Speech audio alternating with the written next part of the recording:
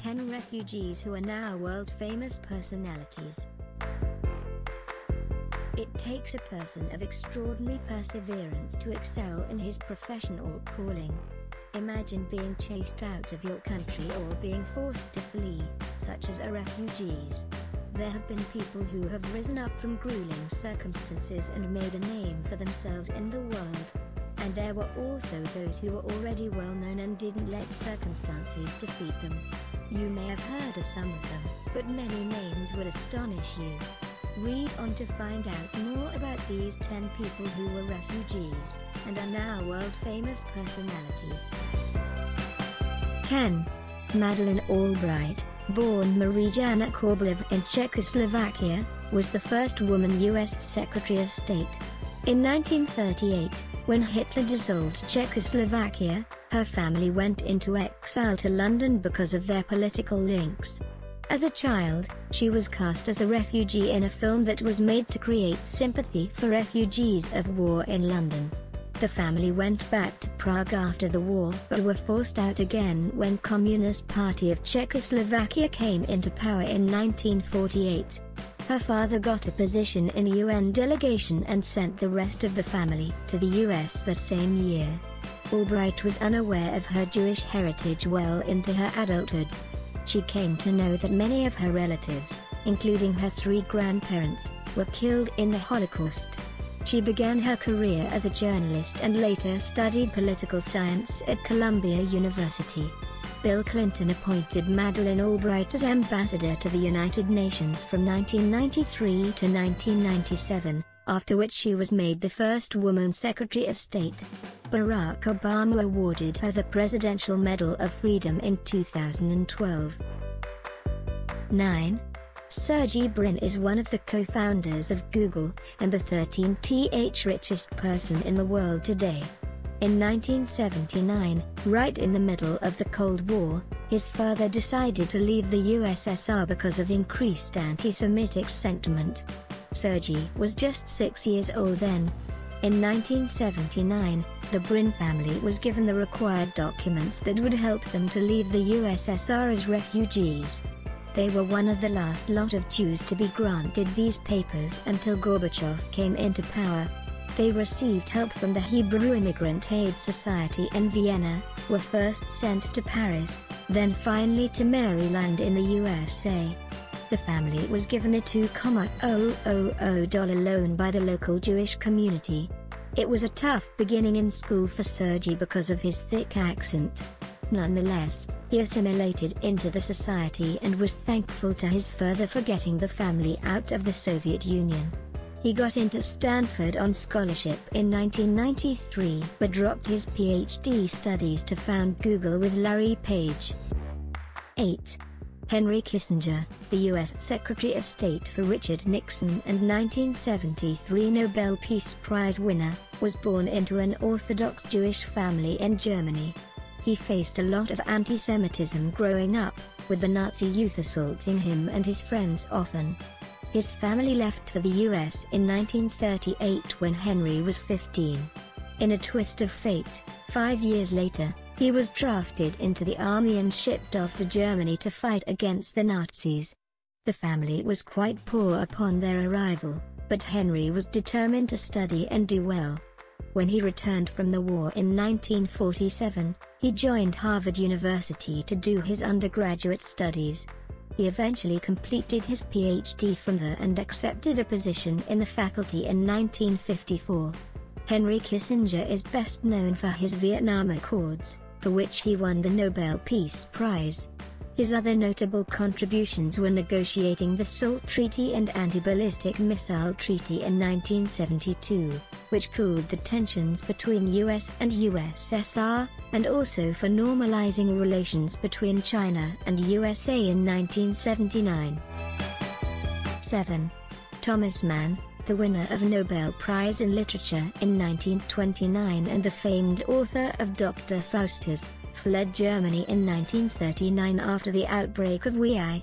He was one among the very few Germans in the US who publicly criticized the Nazi regime, even recording and sending anti-Nazi speeches broadcasted by BBC in Germany. In 1933, when Thomas Mann was on a visit to France, he was prompted to cancel his return to Germany on account of Hitler's rise to power. His German citizenship was withdrawn in 1936 by the Nazis. He moved to the US in 1939, where he took up a teaching position at Princeton University.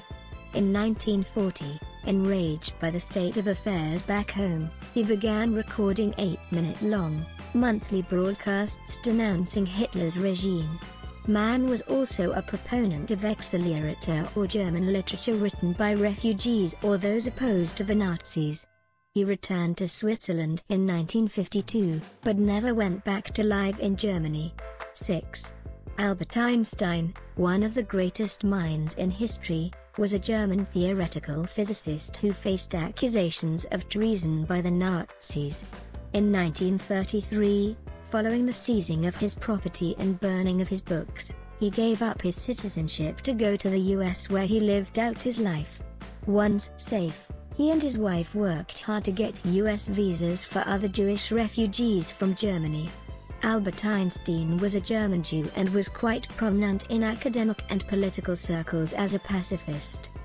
Best known for his theory of relativity and the equation E=mc², he was awarded a Nobel Prize in 1921 for his work in physics. He was also vocal about his political inclinations, which earned him disfavor among the Nazis. In 1933, it became almost impossible for a Jew to hold any official position, including that of a professor. Soon, his works were discredited by the Third Reich and he stood accused of treason. He left for the US later that year, in 1933. 5. Sigmund Freud, the founder of psychoanalysis, was voted the refugee who has made the most significant contribution to British life in a poll in 2013. He was also a Jew. In 1933, his books were burned by the Nazis. Nevertheless, he continued to hope for things to get better. But when the Gestapo interrogated his wife, he was forced to take stock and leave Austria in 1938 at the age of 79 to avoid Nazi persecution. His work has spurred some of the most furious debates in psychology. He paved the way for modern psychology by introducing a communication between the patient and the doctor. He devised therapeutic techniques like transference, free association, and also introduced sexuality, dream analysis, and theory of unconsciousness into mainstream psychology. He received the Goethe Prize in 1930 for his contribution to psychology and literature. He was forced to leave his practice and home in 1938 once it became clear that the Nazis would continue to persecute Jews. He died a year later in the UK. 4. Karl Marx was a renowned philosopher who formulated the idea of communism and wrote one of the most significant political texts, the Communist Manifesto. He was also shunned from country to country because of his explosive political ideologies and finally went to London in 1849 to live out the rest of his life as a stateless person. Karl Marx, born in 1818, is one of the most renowned political thinkers in the world. The theory of Marxism and his writings are still being studied and admired more than 100 years after his death. Sadly, he was forced to live out most of his adult life in exile. He was ousted from Paris in 1885, after which he lived in Brussels until he had to surrender his Prussian citizenship. He then moved to London in 1849 and lived there until his death in 1883. 3. Freddie Mercury, the lead singer and songwriter of the band Queen, was born Farrokh Bulazara to an Indian origin Parsi family in 1946 in Zanzibar. His family left the country for the UK in 1964 fearing persecution because of the Zanzibar Revolution, where Arabs and South Asians were killed in the thousands. You would know him best as the guy who rocked songs like We Are the Champions and Bohemian Rhapsody. However, not many would be aware Freddie Mercury was actually Gujarati Parsi by origin and spent most of his childhood in India before going back to live with his parents in Zanzibar. They had moved there for work and continued to live there until their forced departure because of the peril of the revolution in 1964 when Freddie was just 17. Freddie Mercury went on to have a successful career in the music industry. Unfortunately, he died at a relatively young age of 45 in 1991 due to an illness resulting from AIDS. 2. Bela Bartok was a Hungarian pianist and composer opposed to Nazi domination as well as Hungary allying with them. He refused to give concerts in Germany and had to go into exile to the US in 1940 because of his anti-fascism. Bartok is one of the musical geniuses who has been more revered in his death than when he was alive. Born in 1881, he first started performing when he was just 11 years old. In the years preceding World War I, he went around collecting folk music of his land.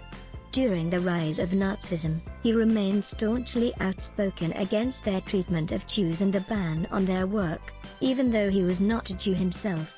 He even said that he would convert to Judaism in order to protest their oppression. He unwillingly left for the US in 1940 when the World War II was raging across Europe. His research in folk music continued as a visiting assistant at Columbia University, where he was also given an honorary PhD. He died in 1945, just as the war ended.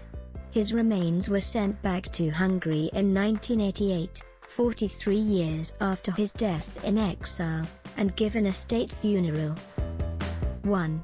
Peter Karl Faberge, the creator of the famous Faberge egg, was a celebrated jeweler for the Russian imperial court. He fled the country after his business was nationalized in 1918, and died 2 years later in exile. A single Faberge egg is now worth millions.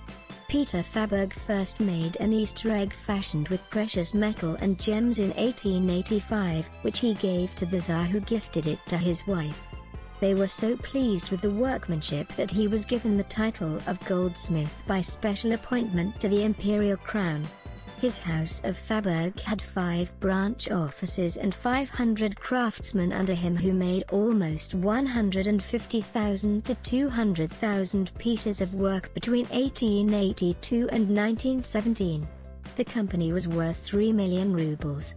After the October Revolution broke out, his business was taken over and nationalized in 1918. He fled Russia in the same year and went to Riga, Germany, and finally Switzerland, where he died. His family was certain that his grief over the revolution broke his heart irreparably, leading to his death. Thank you for watching our video. If you like this video, or like and share it. Do not forget to subscribe to the latest videos. Please contribute your ideas below the video. Goodbye and see you again.